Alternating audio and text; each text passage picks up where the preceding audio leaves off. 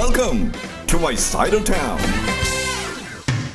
Good day and welcome to my side of town. This week we have more interesting people with interesting stories to tell, and our discussions will focus on show business, arts, music, same as usual, and even social issues that affect our society today.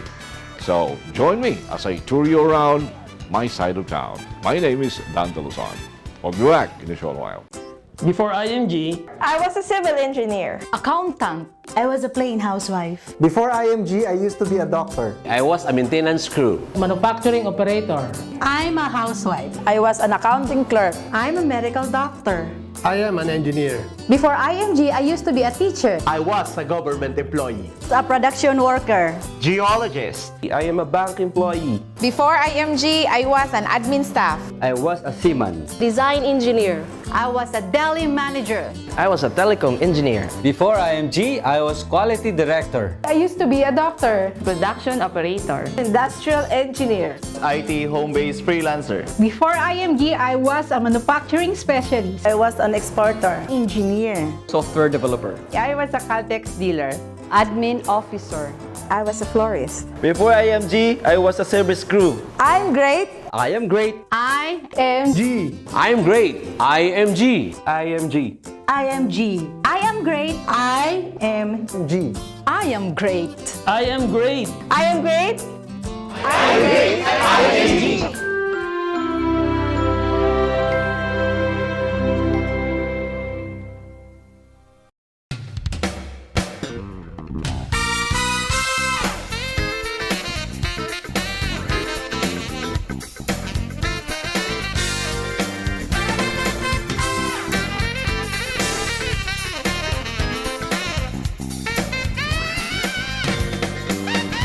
Welcome to my side of town. Welcome back to my side of town. Our first guest is a celebrity, one of the country's top 10 fashion models in his prime years, a commercial model and an actor. As a matter of fact, some of his films are Shake, Rattle and Roll and Akyat Bahay Gang. And his colorful career, actually, at the peak of his career, the career took a dive when he indulged himself with drugs. So now he's here with us to share his very, very inspiring story and how he redeemed himself and his amazing transformation. Ladies and gentlemen, please welcome Lito Groet. Hi, Ro. Hi, Dante. How are you? Thank you for inviting me, and hello to all your viewers. It's a great honor for us to have you here in the Yeah, show. the honor's mine, actually. Yeah. Okay, I just want to backtrack a little bit with your career starting as a fashion model. In our casual conversation prior to the take, you casually told me that your modeling career actually started in Cebu, not in Manila. Yes, not in Manila. Okay. Yeah. So how old were you then when you started modeling? I was 19. I was second year college, and I started modeling in white gold for Levi's actually, and then for a while I did some shows in Cebu for some designers and some department stores. Then that's how it all started, and after a while I went to Manila to try to venture, to try to find out, just to satisfy my curiosity. I wanted to find out if I could model in Manila in one of the local department stores there. And when I did go, I wasn't lucky enough. So I was on my way home, but then I decided to go to a bar and experience nightlife in Manila before going home. And there was this person who approached me and asked me if I wanted to model.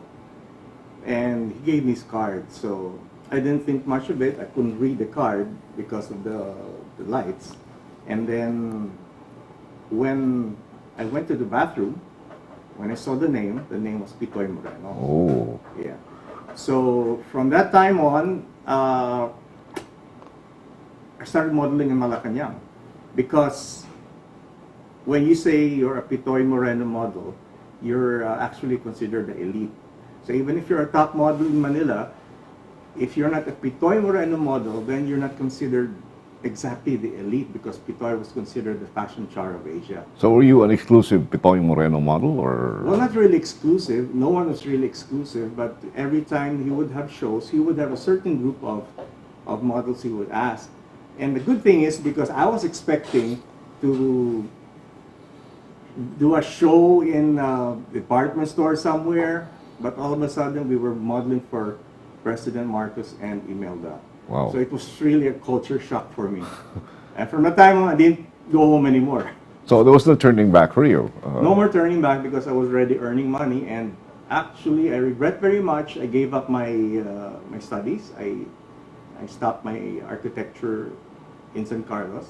I was already second year, and I decided to pursue modeling. So I went to Manila. I lived there, and I started doing a lot of shows because when we once you are Pitoy Moreno model, the other designers would take note, and they would be asking us if I could model for them.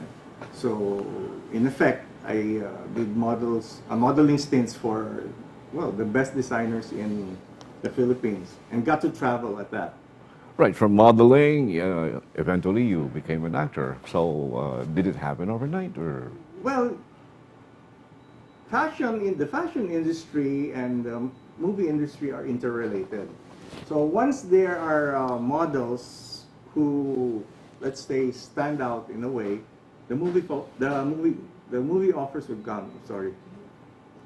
Anyway, the movie offers would come, and that's why I got into TV shows first, and movies came, and I was doing so many commercials. And that was already the beginning of the peak of my career. How many movies have you made? Well, I can't really recall because I wasn't always the star there. I did a lot of bit roles and supporting roles. And then I eventually did a lead role, which was directed by Marilu Diaz-Abaya. Sensual. Am I correct? Sensual, yes, Right, yes, right. yes. Who's yung mga contemporaries, male actors, mga kasabay mo? Well, the one who came together with me at that time was Chuck Perez. But at the moment, the ones that were already well known were William Martinez, Albert Martinez, PJ Abellana, Agamulak, Altantay, Joel Alano, Edgar Mande, Patrick De La Rosa, and that group. Of course, Richard Gomez came along, and Gabi was already there ahead. How did you manage the fame and the popularity that you had then? Because, well, show business, there are a lot of temptations and everything that some probably would give you this, wow, I'm now popular, I'm now a star. So did it get into your head, or? It did. I thought that I was already at the prime of my career. I didn't need God anymore. Actually, I stopped going to church because I was too busy enjoying my newfound life, and it would be intoxicating because during that time there was no social media. But then, when I would go to malls and other places, people would recognize me. They would come, approach me, have pictures taken if they do have cameras then with them, and then autographs. So it felt good in a way. I would like to touch this part wherein your career took a dive. Yes. You were there at the peak of your career, and then suddenly it plummeted because of drugs. So Yes. The sad part is sometimes when we get too engrossed with what we are doing, when we experience some form of success or popularity or fame, we tend to forget to protect ourselves from the environment and the temptation. So during that time, during the 80s, Cebu got very much into the picture. all right. So everyone was practically using Cebu at that time.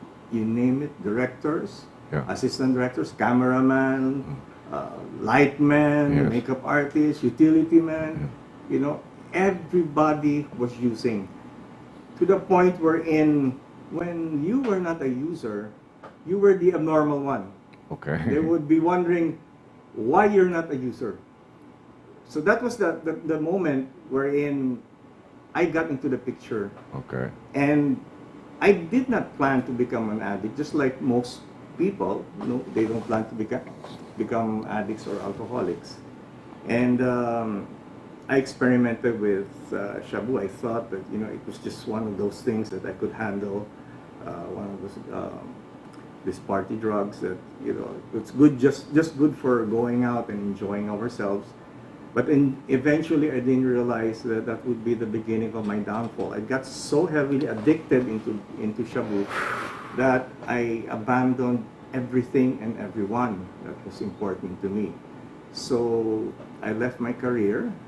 Nobody wanted to get me anymore because I was irresponsible and unprofessional.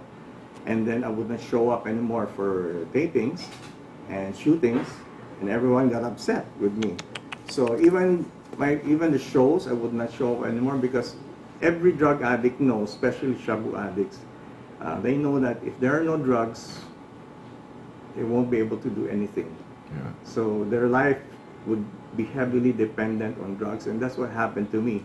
So for 16 straight years, Wow. I got into drugs. I lost my home. I lost my car. I lost all my savings.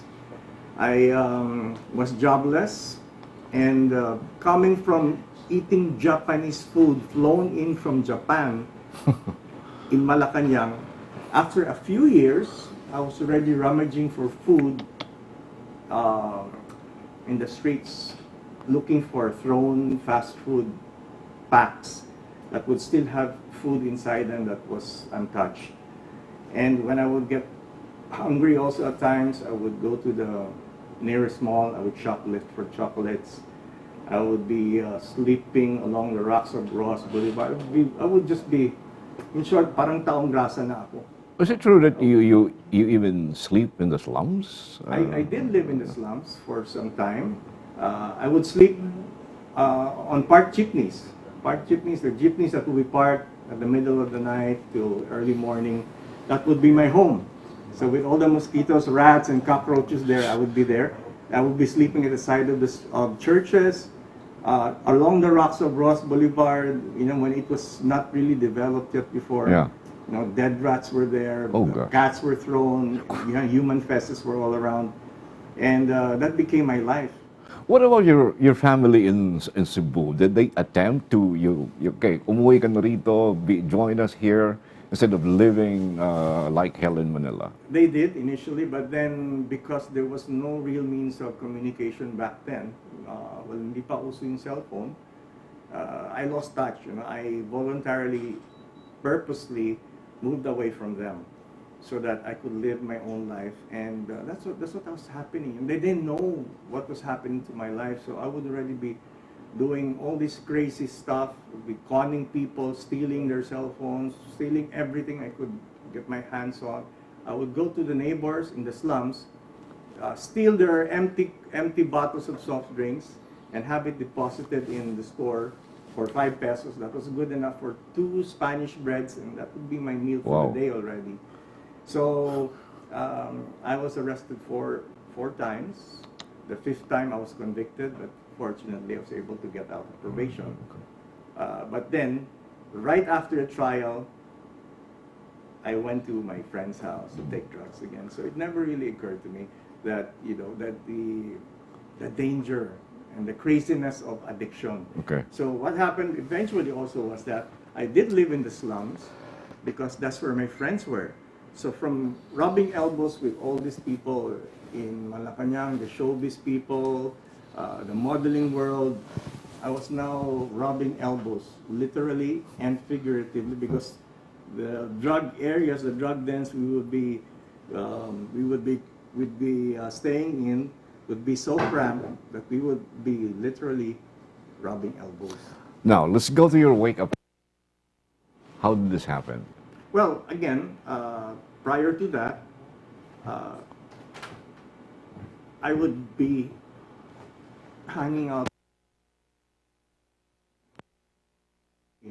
You know, from, as I said, from all these elite people I was hanging out with, I was already rubbing elbows now with drug pushers, users, prostitutes and pimps, carnappers, human traffickers, bukas kotse gang, hold-uppers, forgers, and even, I've seen even babies being sold Oh, God. and for drugs, not even for money. And I didn't even care whether these kids were their own or they were stolen. For me, it didn't matter too. So that was the life I was living in before. So from being a Pitoy Morene model, I was, let's say, washing underwear of that drug pusher I was staying with, until eventually the wake-up call, as you were saying, happened when, well, leading to that was the case of my father, my own father, who was dying, and he was dying in the house, and I wasn't there because I was in a friend's house, and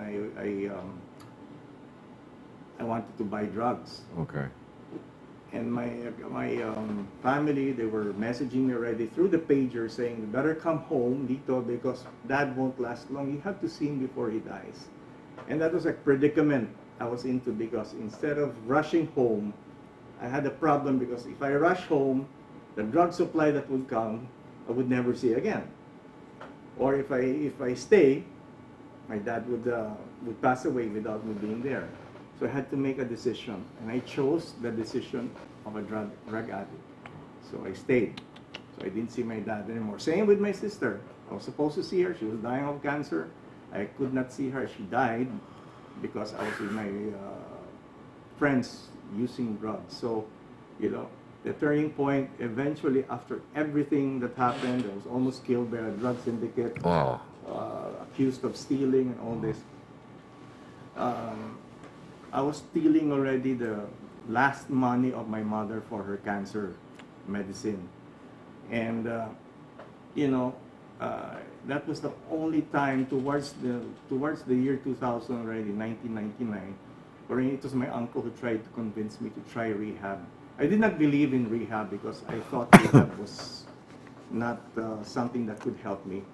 But because of the little guilt which I had already, stealing the only money from my mother for her medication, I agreed to try rehab. So with the intention of still going back into drugs right after. So I wanted to appease them. Okay. So I went to DARE. I was brought to DARE. Okay. Drug Abuse Research, which is the very first rehab in Southeast Did you finish the Asia. program? I did finish the program, and it was a real wake-up call. Okay. Because in the rehab, I was taught everything I needed to know about myself and the things that I was doing wrong. So the wrong notion of people thinking that rehab is like, you know, like a prison is wrong. Because actually rehab is a school of life. Just like students going to school, they're being taught everything they need to know to prepare them for their life outside. Exactly the same with rehab. Yeah. You reform, you transform, and you're given the right tools to be able to cope with your recovery program outside. So after when you get out of the center, you didn't, you know, return to the kind of life that you had then. No, not anymore. I was Good. fortunate because God put a lot of things in my life at that moment when I needed it most. So that at that moment, I had this calling to be able to try to help my brothers and sisters in the rehab, try to counsel them, to the point where the staff of there saw my potential and they asked me to become their center director. So I became a center director for 10 years. And in that course, aside from being responsible all of a sudden for all these people I Yes. never, you know, Yes. I never cared about before. Yes. I would do public speaking when we were asked. And then my wife was brought at the right moment. Yes. She saw me already when I was recovering as a director. But at that moment, you know, she came at the right moment wherein when I needed somebody who I cared about, which would actually direct me towards not going back into drugs. She's The Wind Beneath Your Wings now. Yes, yes. Is the sister of actress Chanda Romero. Romero. Yeah. Your wife is Stella. Yes, right, my wife right. is Stella. Yeah. Well, we're running out of time, so I wish we could have a part two of this Yes, in the yes. future if you're available. But in the meantime, what's your message to the people watching, especially those who would like to reform and they're still there hooked in drugs? Okay, what I do now actually is, what I do now is I am a resource speaker for drug abuse. I am a member of the People's Volunteer Against Illegal Drugs, a anti-drug NGO accredited by PDEA, whose main goal is preventive education also. And their intention actually is to be able to help the youth. They have a program now, Sagit Kabataan Kontra Droga, which actually helps the children understand the dangers of addiction, which leads also to bullying and also into depression. And I'm also associated now and volunteer of Baye Foundation, which is Battle Against Ignorance, and Safe Haven Rehab, which I'm also a volunteer in. It's a rehab, a Christian rehab, which applies the 12-step program in Talamban. So I have been very active with these people. So my message to everyone out there is that the danger is real. Let us not be complacent. Your children are vulnerable because nobody really actually wanted to become an addict in the first place or an alcoholic.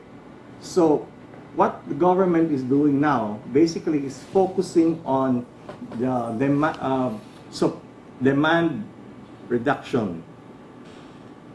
Demand reduction. Yeah. And that is where we come in. Right. Because supply reduction is being done by the police now. So actually it is the preventive education which is really important. And this should be implemented in all the schools, which for all the students, including the parents. Okay. So with that, I'd like to thank you again for your time. Such a very, very fruitful conversation with you. Thank you so much. And I'm pretty sure the people there learn a lot of things. Yeah, you can when you're- invite me for sure. drug abuse seminars. Yeah, I can share yeah, my okay. testimony. That's right. Just get in touch with me, Lito Gruet on Facebook. So, ladies and gentlemen, Mr. Lito Gruet, we'll be back for more here on My Side of Town in a short while. We'll take a break.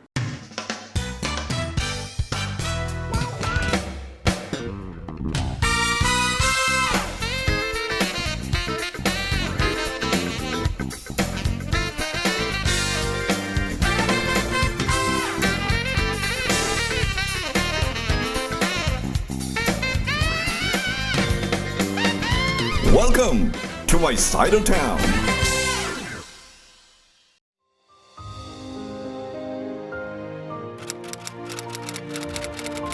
Five of 7 marine turtle species in the world can be found in the Philippines.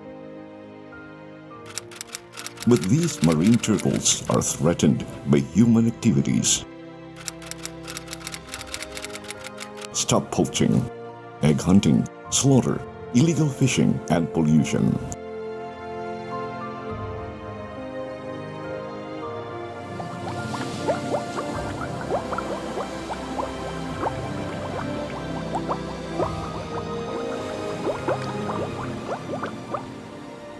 Help save our endangered marine turtles. A friendly reminder from MyTV Cebu, your channel, my channel, and also brought to you by the International Marketing Group, or IMG, Kaiser International Health Group Incorporated, and De Los Reyes Optical Clinic.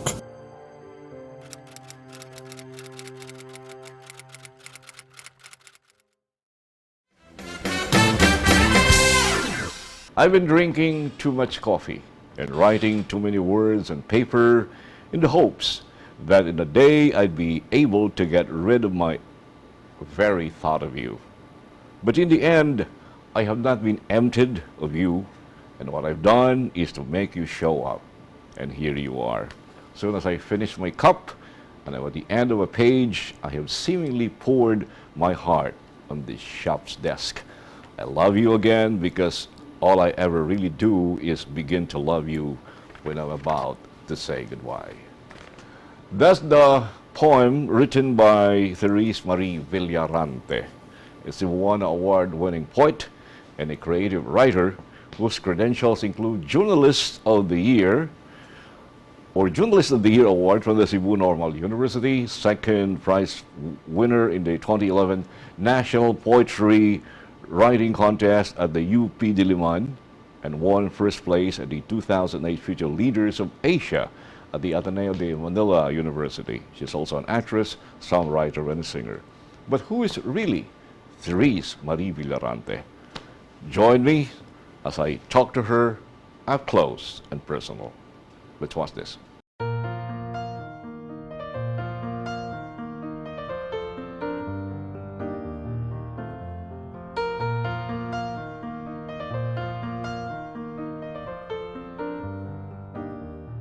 Disney characters and fictional realms.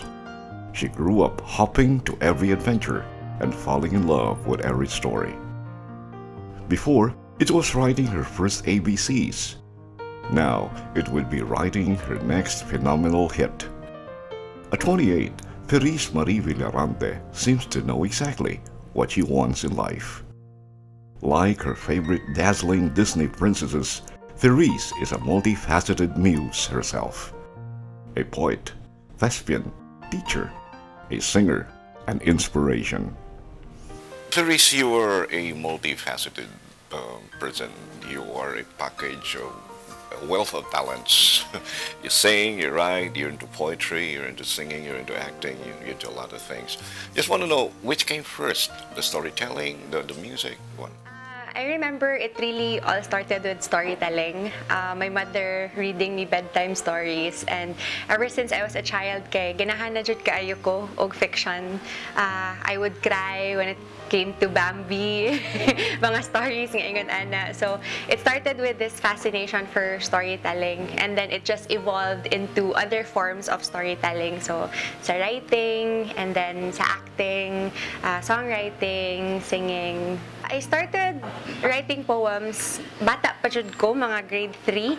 Pero I started doing it nga kanang seriously na jud, college na.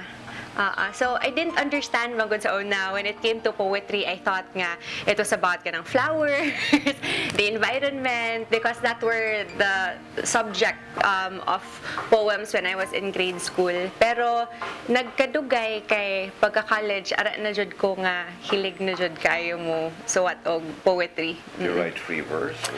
Free verse. I'm inspired by sila Sarah K, Phil K, Andre Gibson, mga spoken word poets. And of course, diri sa Pilipinas, you have Marjorie Vasco, Edith Tiempo. Therese started her passion for storytelling long before she could remember. Her childhood was filled with memories of her mother reading her bedtime stories. I think writing helps me think better and feel better. If I'm confused about something, or if there's something nga I really want to figure out, I use creative writing to do that. And at the same time, I also think when it comes to fiction, just by learning about fictional characters, it also helps you discover yourself better. For Therese, creative writing is not always a breeze. It is a relentless mix of the right emotion and words. A constant challenge to come up with a fresh perspective. If you're an artist, if you're a writer, if you're a painter, or singer, or songwriter, you're either your emotions are very extreme so that you can be effective in what you do. Either you're very sad or you're very happy. Do you agree with that? I agree nga there are a lot of feelings involved, but to be an effective writer, there has to be more than feelings. Kay it's also very technical. So yes, I agree nga feelings, a lot of feelings are involved, but at the same time, it doesn't mean nga kung maghilak ko magsulat og balak kay nindot na kaayo ang akong gisuwat. Kay a lot of things go into play, like choosing specific words jud, and also making sure that the perspective is new and different. If you ever wonder how she became the total package that she is now, it is coupled with a lot of practice and dedication. What about music? How did it start? So I decided to audition for theater, and I managed to get into sa City C nga Les Miserables. I was able to play Eponine, and after Les Miserables, I got into You've Been Facebook the musical. And I think one of the most integral parts of doing theater was that I got to meet very talented and passionate people. And one of them was Jude Gitamundok. And Jude Gitamundok is really a person who helps out young artists, young songwriters. And he took me under his wing. He taught me how to write songs. We had our first collaboration, Song on the Broken String. It got into Philpop, which is a national songwriting competition. And ever since then, we just started writing songs together. So, naami daghang sinuwat, Girl with a Broken String. It's on YouTube. And then after that, we started writing mga Bisaya nga kanta. And I think when it came to the Bisaya songwriting, ara ni open og maayo ang doors for me, because there's really a huge difference when you write in your own language. Kay lahi ra ang imuhang expression kung makasuwat ka sa imong kaugalingon nga language. There is something strangely beautiful about expressing her music in her own dialect. Her words become more powerful, more relatable. They intoxicate the soul. Your book Love is a phenomenal hit. Thank you, sir. Yeah, with Kurt. Yes, yes, sir. Si Kurt's the one who sang it. Kurt is a member of Fat Boys. Fat Boys production, it really just started with us wanting to create music videos sa Bisaya. Because since Vispop, daghan na mga nindot kaayo nga mga mainstream nga Bisaya nga kanta. Si tatay nang utana mabdos daw po. Si nanay nang ukay sinina nga bago. Dili masud akong naong sa selfie. Pasensyahin na lang kay ako. There's one song, we saw the video on YouTube, which you're there singing it. Something like itong unang adlaw nga wala ka or something? Unang adlaw nga wala ka, I wrote it for Paula Santiago. My co-writer for that is Henrik Pestaño. So, it's really just about waking, the first day of not having the person you love in the house.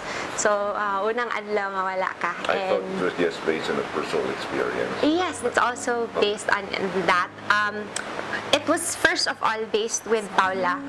She lost her dad, and she was talking about really the difficulty wasn't the burying, but it was waking up the next day and not finding him at the house, doing normal things he used to do. And I also remembered my grandmother, si Lola Goyang, and how much I didn't know how to love her then when she was around, and how now I could have loved her better. So I wrote it for Paula's dad, and I also wrote it for Lola Goyang.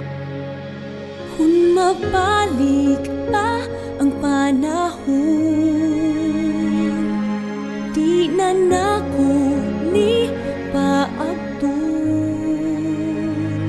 sa unang adlaw nga wala nakapirmi lang ko mingawon ng buhon na lang nga ugmakuyog lang.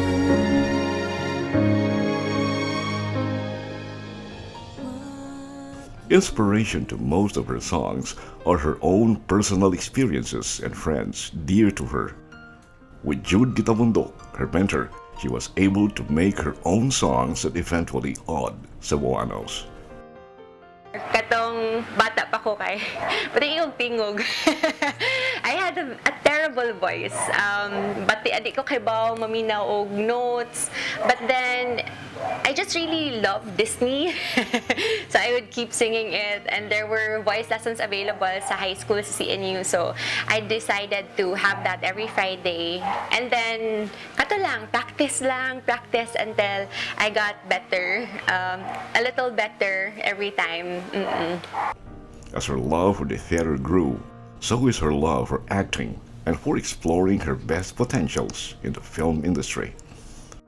You're into short film also. Yes, sir. In fact, I saw one of your films, the Experimental Forest. Yes, yes. So, how did this? What triggered you to join the short film I think project? because of theater, my love for acting also grew.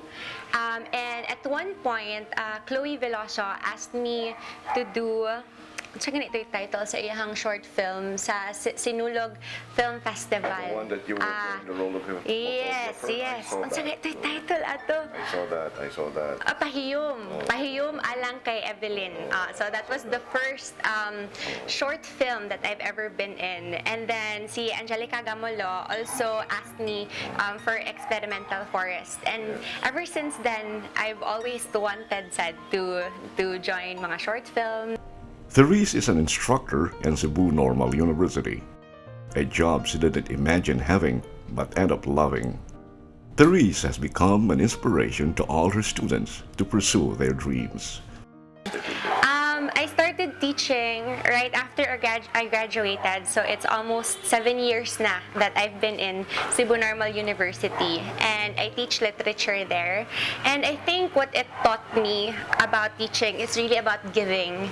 Kaya it's not just enough nga you feel passionate, you do what you love to do, but because you're so passionate about something, you want other people to know why you're passionate about it.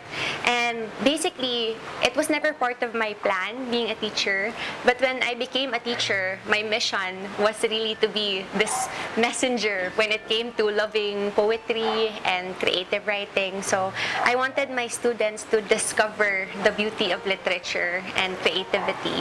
It has been Therese's promise to hone her talent and leave a good narrative, not just for her students or fans, but ultimately for herself. At present, Therese continues to pursue her love for music. She is a part of the top 12 finalists of Himig Handog, a national song competition, alongside with Daniel Padilla, Moira de la Torre, and other Filipino singers. I'm actually part of Himig Handog with my boyfriend Davey Langit, and we wrote a song together. It's in Tagalog. It's entitled Simula ng Dulo.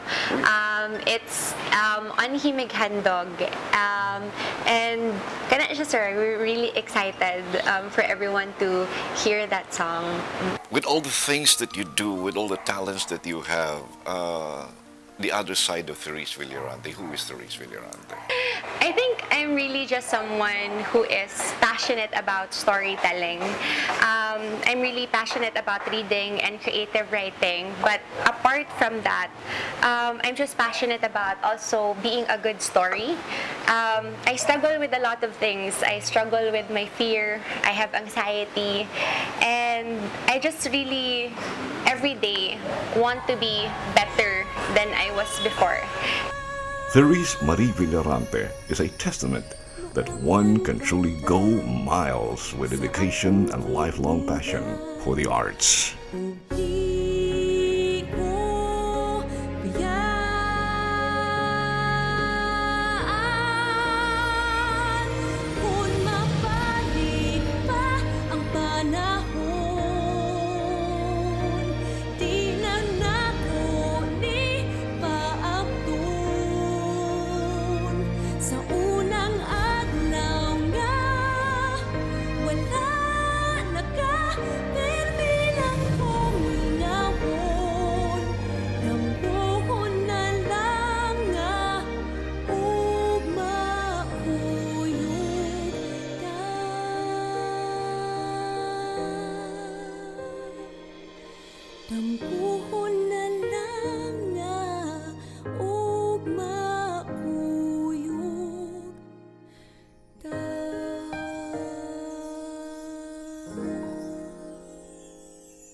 Wow, she's definitely a ray of sunshine for the local creative scene. I believe that an artist does not have to confine herself in one particular form of art only. She must explore other forms, other genre, making her an all-around, multifaceted personality. You're still in my side of town, and more to come after the break. Be kind to your eyes with Transitions lenses. Transitions adapt to changing light while protecting your eyes from glare and UV.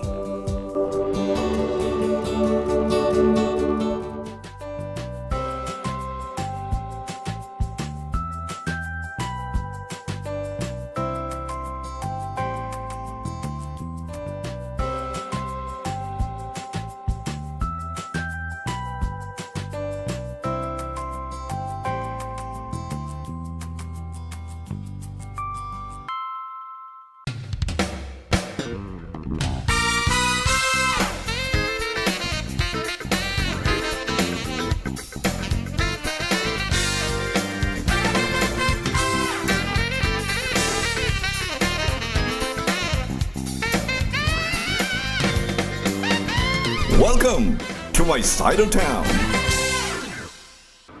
You're in my side of town, and Dante Luzon, and our next guest is someone I've watched grow up. From a pretty, bubbly young girl to a very beautiful lady.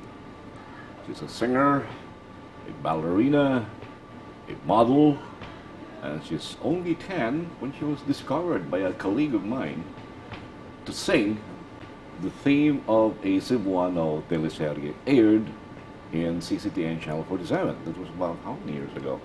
And then she grew up right before my eyes, ladies and gentlemen. She was 12 when I directed her for the CCTN music video, Christmas music video, and now she's a full-grown, pretty, very beautiful lady. The lovely Sabrina Bogart. Hi. Hello. How are you? Hi, sir. I'm good. I'm very well. It's been years. Yes. A lot of things happened, and now you're here. We're together again. The last time we did a project, I could not recall. Another Christmas video, but it was, I guess, sometime in 2010 or 2012. Yeah, I think it was around that 2012, the last. So now, what are you busy with? Now, currently I teach at the Cebu Center for Dance, which is a dance school here in Cebu. I teach ages 7 to 9, and then I also teach at schools here, namely Southcrest, CIE.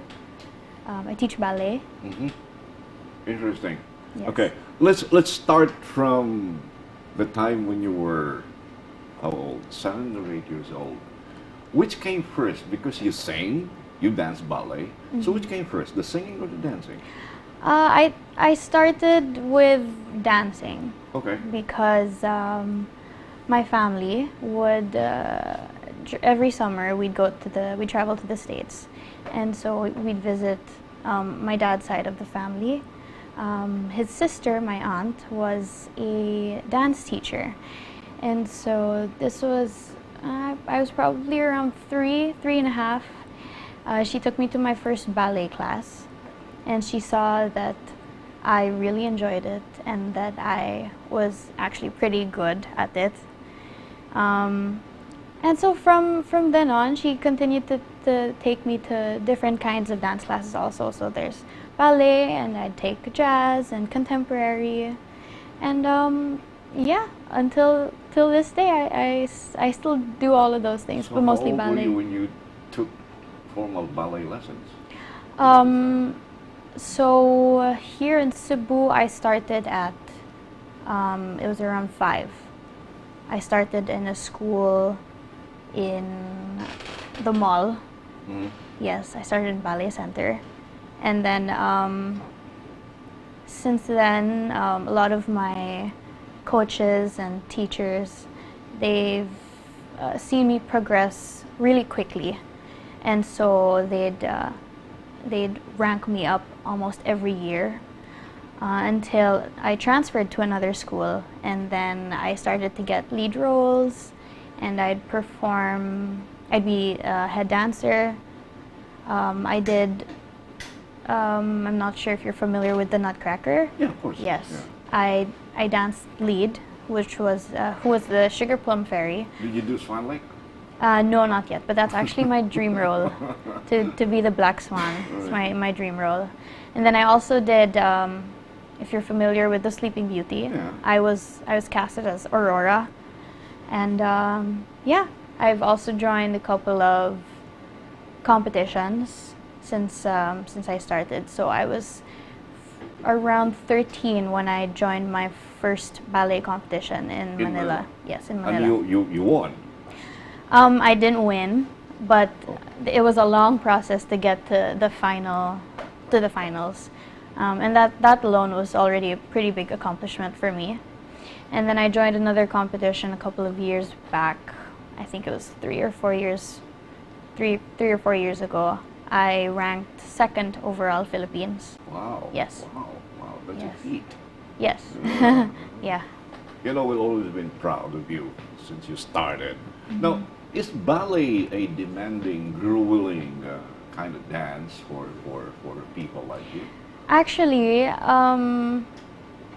to be frank, yes, it really is. And it'll really take a toll on you, everything.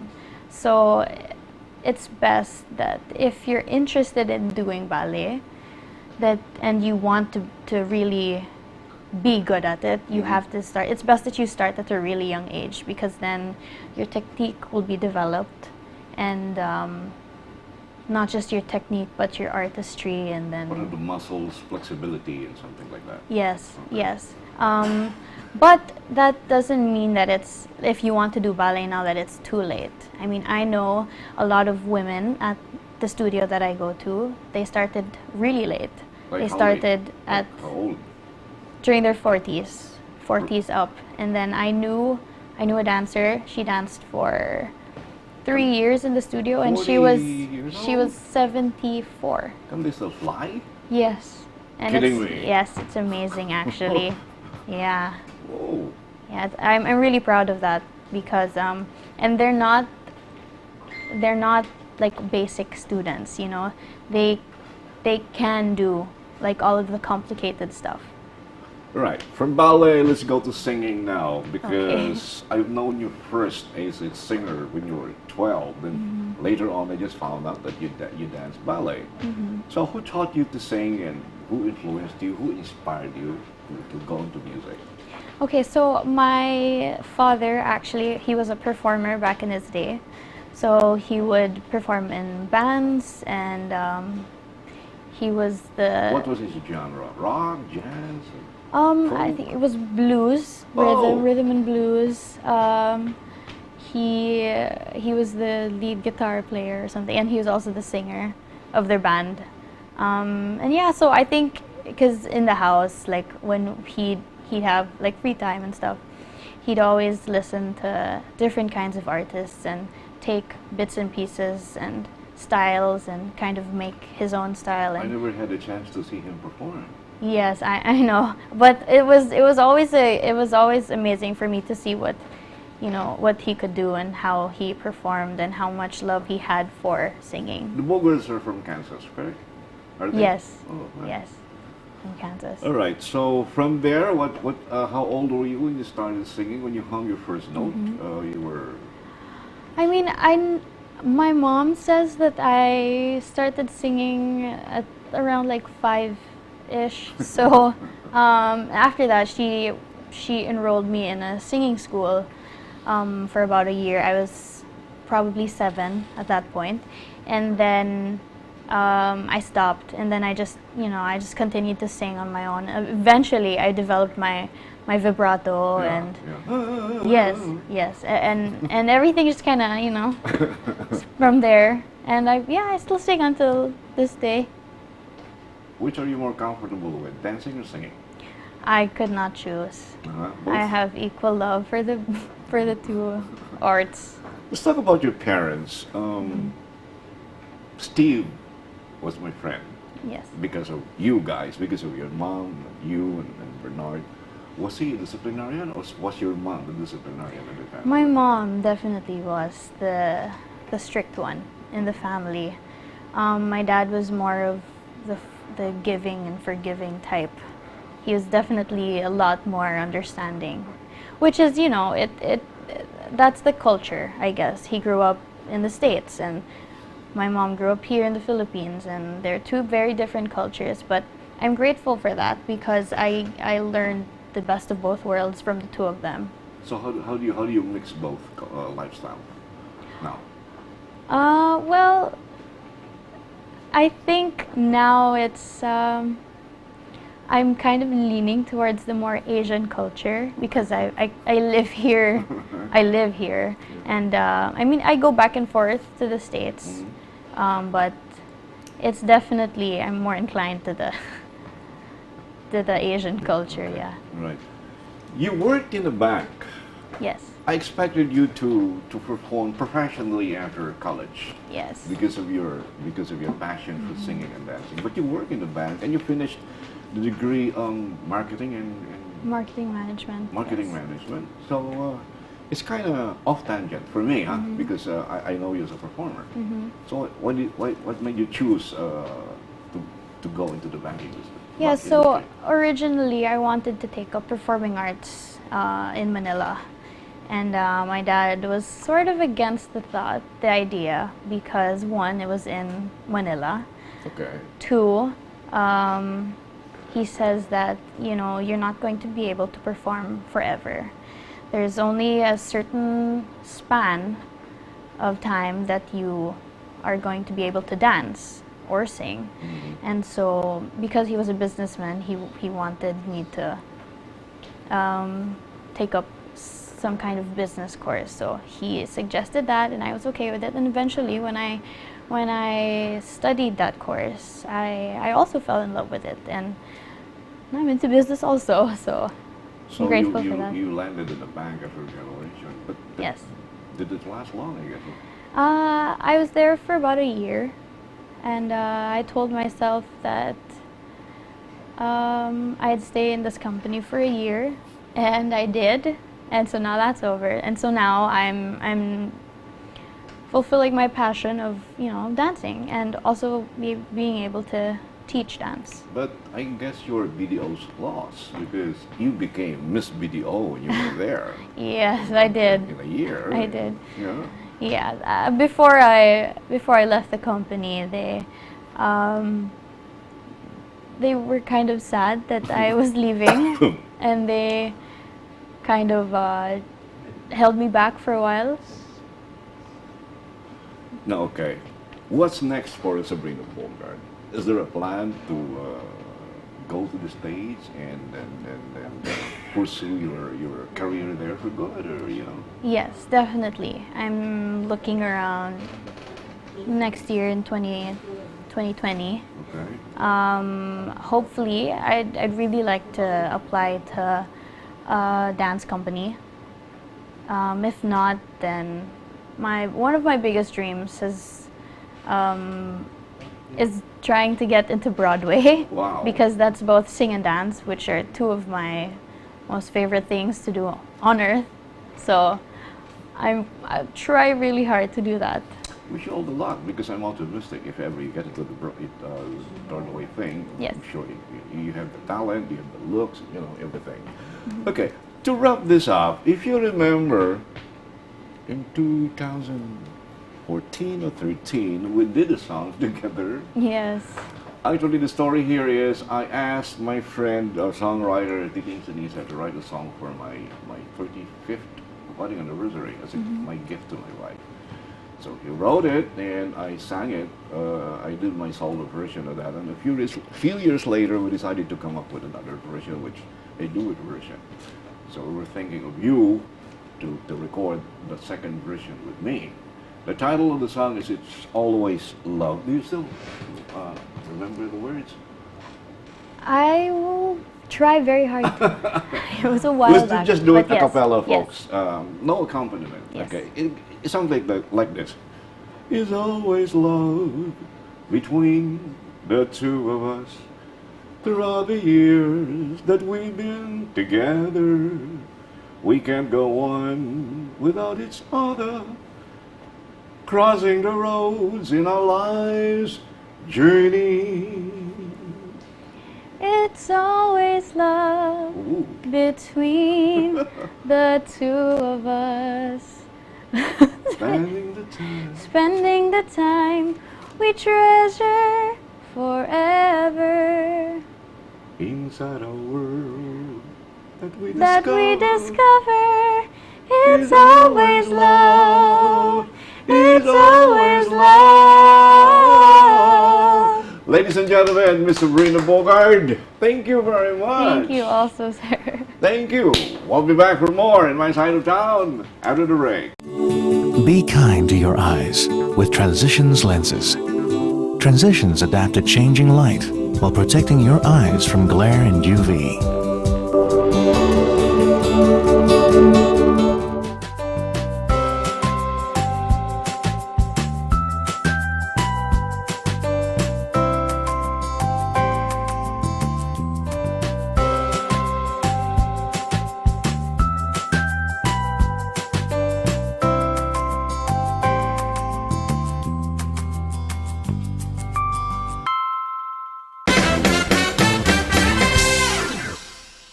Some people are blessed with exceptional talents, regardless of your social and economic status. If God had given you the talent to sing, act, dance, this will definitely show, no matter how raw. Our next featured personality is a perfect example. He was doing odd jobs to earn a living until his God-given talent has gained him some recognition and better income. Let's all watch this.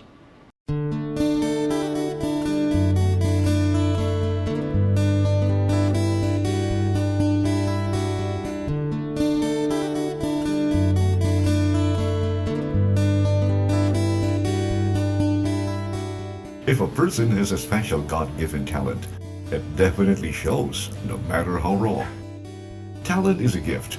Either you have it or you don't. This is the story of Roland Sadili.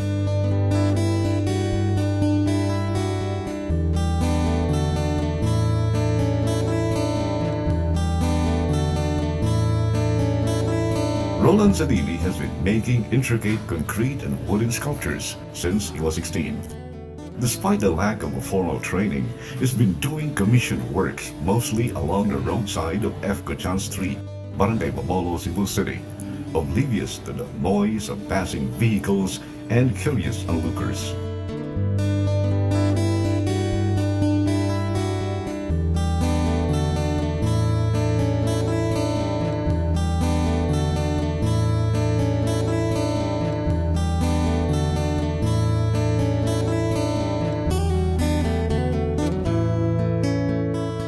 This 3 feet by 5 feet concrete sculpture he's been working on for 3 weeks is commissioned by a client from MyTV Ceu. His only reference is a small photo of the subject's face given by the client. This is just one among the many commissioned sculptures he has done for clients in Cebu and other places in Central Visayas. He claims he was influenced by his uncle, who was also in the same trade, but he developed his own methods and a style distinctly his own. Dili ko professional nga muduwa ginani. Antod gisaway pa ko nga kanang uwang pa ko no ana ba, pero antod gikuan gyud nako bisag dili kayo inana, pero tungod kay naa man gyud tay giya. Testing lang ko testing antod perfect gyud siya. So kanang malipay ka ba nga tungod sa pag-testing mo makuan jud ba naadyoy mabuhat murag nay nana wala gyud tawo nato nga kanang wala. Roland guided us to a dark, narrow passage leading to his small, rundown studio, a few meters from his work area along the road. There lie some of his unfinished sculptures and paintings. Tagtaon ni sir niya ako lang kuan kay para kuan gyud siya sa pag-o ba. Oo kay nam ni kuha sa kuan kay naghalay trabaho, busy kay ko. It was not an easy start for this 44-year-old artist. The commission works were few and far between, forcing him to go into scavenging. He was a scavenger for years until he experienced something enigmatic. He claims he heard a voice from God telling him to quit scavenging. Hiyana ko siya, higda ko sa akong resikad, nag-aana ko sa akong sanggot na para kayo basura ba? Na may pitkan bira kong dunggan. Kin na pitkan yung dunggan. Kamata ko. Parang ako binuangi. Pagkuhan to. Tagpila ko balik. Pitkan ko sa akong dunggan. Pagbangon ako nga sir, na ako'y amag na akong tipan. Ningon nga, sugod garo. Dili magidana. Tinuod yun sir. Tanang grass siya anak ko. Muna nakapalit ko motor, nakakuhaan ko. Wala na dyan ko pamasurahan niya. Tinuod yun nakakuhaan ako. Kunting sa akong tingog. Dako isang tingog na. Sugod karon dili nakamaghinana. Roland also claims this wooden Santorinho he made has given him good luck. Night time nga, di ba, pamilyado ta. Lalis, problema. Ikasabaan na ako siya, sir. Buhos tanan, layas tanan akong pamilya. Layas, dito barili uli. Sukmag na ko ito ng bongbong, tinood, kinabuhi yun. Sukmag na ko, kaya ako raw siya. Aluser kay ko. Ikasabaan ako siya. gihangop na ko rin, ako siyang lambahon ba? Anak ako. Init daw na siya, nga di ko kalamba, mura ko kaya yung katawan. Oh, ingo, ang akong una-una, sulit kaya lawas ko, di ka tumba na ko, pero gingnat mo niya ba? Buhos ang luha siya. Lima gani init siya, ako siyang buyan kay, di mo ko kaanak niya. Oh, ako lagi siyang gilamba lagi. Oh, tinood yun na. Roland Sadili is a father of 6 children. He raised his family with his natural talent and burning desire to excel in his craft. His 3 sons got his genes and now trying to carve their own niche in the art world. Since kinder, ang maon ako kan, pero dili kay kan. Kay dugo na magdugo gina na mo siya ba. Kay ang papa, ang ayukan dito sa Madawi, nya siya, nya kami. Mao ni na bisag dili kay magkuha og mayo drawing. Mao gyapon. Kailangan mo sa drawing good practice ka. Gagmay pagin mi kay ngani mo gud mi observant kay mo para sa mong papa bitaw observant kay siya hindi na siya Mr. Duhan ito Mr. Scale pa para sa pagkulit at pag-score hindi na siya Mr. Study pa about ang iya isang pagka-observant lang nature na niya nya murag amo pong na-adapt na mutanaw lang siya saon kung sa klase sa gamit niya kung sa gamit nga tools patod sa nagsugod kog drawing since grade 1 di ko. Sa una si Papa may tigbuhat sa mga project sa mga bukid-bukid, mga bat-bat uri ng mga lupa-lupa niya. Ako nagtanaw rin kong Papa niya. Gitry na ko na naman ang maestra nga. Drawingan niya bulkang mayon niya suwata ang kanang usa ka page. Mo to gitry na ko nga. Tanaw na ko okay ra man niya gitry na ko shading. Mo to pagka nakauyo na ko maestra. Na siya pabawa mo na igam drawing ano ko. Ma'am, chamba-chamba ram na ako among kanang murag nakakuha ra ko na ko sa akong nakita sa papa ba. So since grade 1 ara di ko nakatun niya dad karon na padayon di ko. O kung naadyo kay pangamot, naadyo kay kuan. Nanay makakita na mas nindot kay ako mako ginay ko ani nana ba. Presa kong bata. Wala akong mag-expect nga may nana sila. Kay wala may gumanulo nila.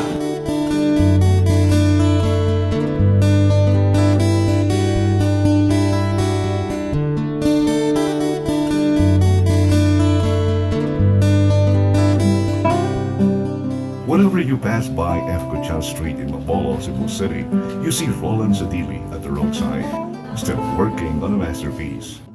He continues to learn. After all, art has no end, but its own perfection.